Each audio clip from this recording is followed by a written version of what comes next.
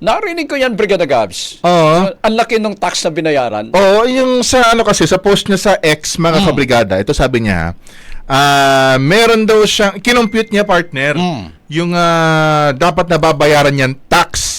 Itong custom duties, mga kabrigada. Meron kasing shipment na 11,000 pesos daw yung halaga. Aha. So, nung ginamit niya ho yung tax calculator ng customs, lumabas daw ho na dapat 1,650 lang yung dapat niyang bayaran. Oh. Pero ang siningil daw ho sa kanya ay 4,600 pesos. Nako. Kaya nagulat siya kasi ginagawa niya raw yung pagbili na niyan online at lagi siya nagta-tax calculator para alam niya kung magkano yung babayaran niya. Oh. Nagulat siya bakit ang laki daw ng siningil, mga kabrigada.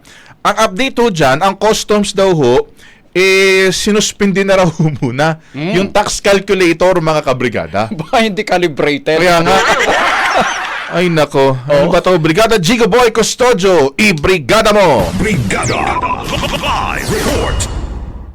Naglabas ng pahayag si Bureau of Customs Commissioner Ariel Nepomuceno kaugnay ng issue sa online duty at tax calculator ng ahensya matapos nga makatanggap na reklamo mula sa publiko kabilang na mula sa aktres na si Bella Padilla.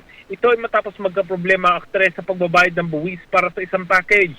Ayon kay Nepomuceno, bagamat tama ang penal na assessment ng duties at taxes na nakabatay sa Customs Modernization and Tariff Act at mga kaugnay na regulasyon, aminado ang BOC na hindi pa kompletong impormasyon na naibibigay ng calculator. Dahil dito nagkakaroon ng hindi pagkakatugma sa aktual na singil at sa inaasang halaga ng ilang nag-avail ng serbisyo.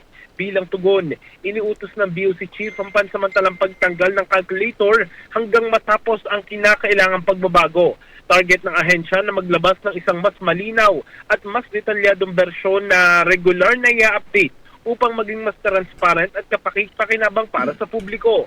Pinuri rin ni Nepomuceno ang aktres na si Bella Padilla sa mahinahon at profesional na paraan ng paglalabas ng kanyang reklamo at iginiit na mahalaga ang ganitong uri ng feedback para sa pagpapabuti ng serbisyo ng ahensya. Ani ni Nepomuceno, nananatiling pangunahing layunin ng BOC ang pagiging tapat, tama at tuloy-tuloy na pagpapahusay sa kanilang proseso para sa mas maayos sa paglilingkod sa publiko. Brigada Gab and Brigada Ab. Maraming salamat, Giga Boy. Maraming salamat in the heart of changing lives. Ako, si Brigada Gigo Custodio ng 105.1 Brigada News of Manila, the Music News Authority. Isyong paglipunan, Pino. Ang bahaging ito ay hatid sa atin ng Standout ES4 Capsule. Simulang tuparin ang pangarap ng iyong anak. And stunting now,